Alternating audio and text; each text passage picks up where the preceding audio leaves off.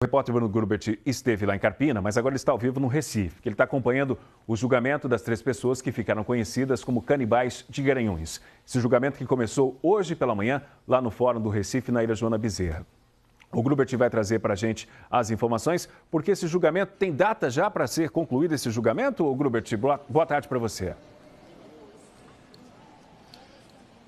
Oi, Márcio, boa tarde para você, para todo mundo que está com a gente no NE1. A previsão do Tribunal de Justiça é terminar esse julgamento ainda hoje.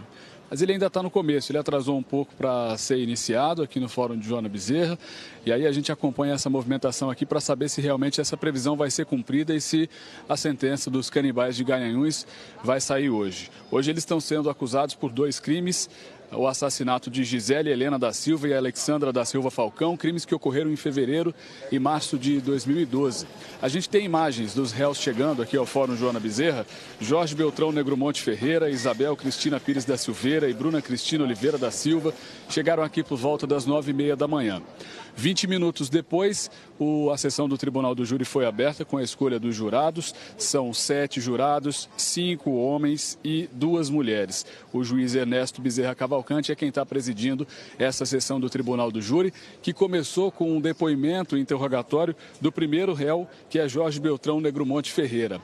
O Ministério Público diz que Jorge foi o mentor desses crimes, foi quem levou as outras 2 mulheres a cometerem os crimes, que foram os assassinatos, também a ocultação do cadáver, porque, de acordo com a denúncia, eles escondiam os cadáveres no quintal da casa, enterraram lá. E como todo mundo sabe, esse caso chamou bastante atenção porque eles, de acordo com a denúncia do Ministério Público e as investigações da polícia, comiam a carne das vítimas e chegaram a fazer salgados com a carne das vítimas para vender. Por isso, então, ficaram conhecidos como os canibais de Garanhuns. A gente vai relembrar um pouco esse caso, os 2 crimes que aconteceram em Garanhuns, pelos quais eles estão respondendo hoje aqui no júri. O caso teve repercussão internacional.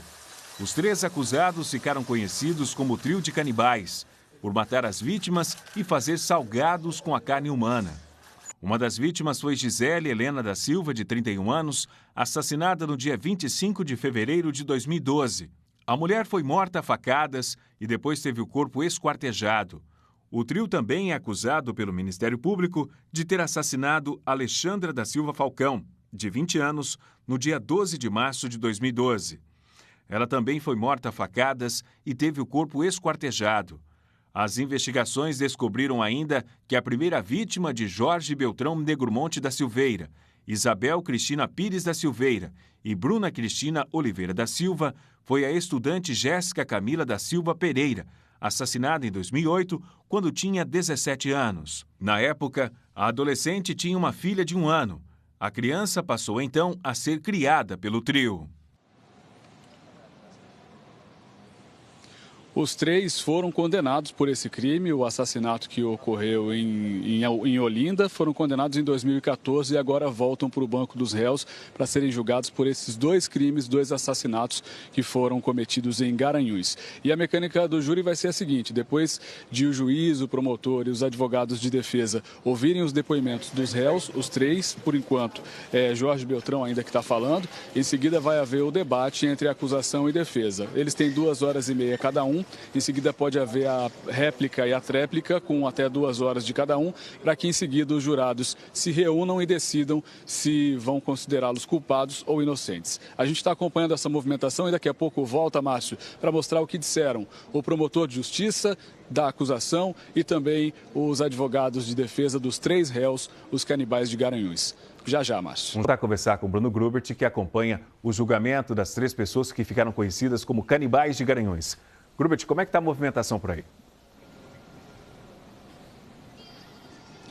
Márcio, muito cheio o plenário da primeira vara do Tribunal do Júri aqui no Recife, muitos estudantes de direito, pessoas que acompanharam esse caso. A gente só não encontrou parentes das vítimas acompanhando o julgamento, pessoal que é lá de Garanhuns. Bom, e além disso, o julgamento já começou, fez uma pequena pausa de menos de 10 minutos para que os jurados pudessem se levantar um pouco, tomar água e ir ao banheiro, mas a primeira pessoa que está prestando depoimento, o primeiro réu, é o Jorge Beltrão Negromonte Ferreira. Ele já fala por mais de 1h30, isso contando essa pausa, e está respondendo agora as perguntas dos advogados de defesa das outras duas réis, Isabel Cristina Pires da Silveira e Bruna Cristina Oliveira da Silva. Mais cedo, antes de o júri começar, eu conversei com o promotor de justiça que está acompanhando o caso, o doutor André Rabelo, e também com os advogados de Bruna, de Jorge e de Isabel, os 3 réus. Vamos ver primeiro o que o promotor disse sobre a acusação, já que ele disse para mim que, para a gente, para toda a imprensa que está aqui, que não tem dúvidas de que os 3 foram as pessoas que cometeram esses crimes, que o inquérito da polícia traz essas informações e isso não pode ser questionado, isso segundo o promotor. E em seguida, o que vão alegar então os advogados de defesa dos 3 réus. Vamos ver. A certeza da promotoria é que a prova é mais do que suficiente. Não se discute a autoria do crime nem a materialidade. Eu vou ouvir o que é que a defesa tem a dizer, naturalmente. Durante a exposição e os interrogatórios nós iremos ver. Mas a promotoria está com a certeza absoluta de que a justiça vai ser feita com a condenação dos acusados. Com relação à defesa da Bruna, será coação moral irresistível, tá? Que afasta a culpabilidade dela, que é a coato, e atinge exclusivamente o coautor, que é o Jorge. A gente aí vai aguardar e vai deixar para se pronunciar em relação à tese defensiva no momento oportuno, que será no plenário. A nossa preocupação hoje aqui, a defesa do Jorge, se reduz a uma única coisa, a um pedido ao corpo de jurado. Jorge é um homem doente, não é apto a viver mais em sociedade. Então, a nossa tese e o nosso pedido ao corpo de jurado será a medida de segurança para que ele fique internado no HCTP. E lá, com certeza, nenhum psiquiatra vai conceder a ele um laudo pericial dizendo que ele está apto a viver em sociedade, porque a esquizofrenia paranoide não tem cura.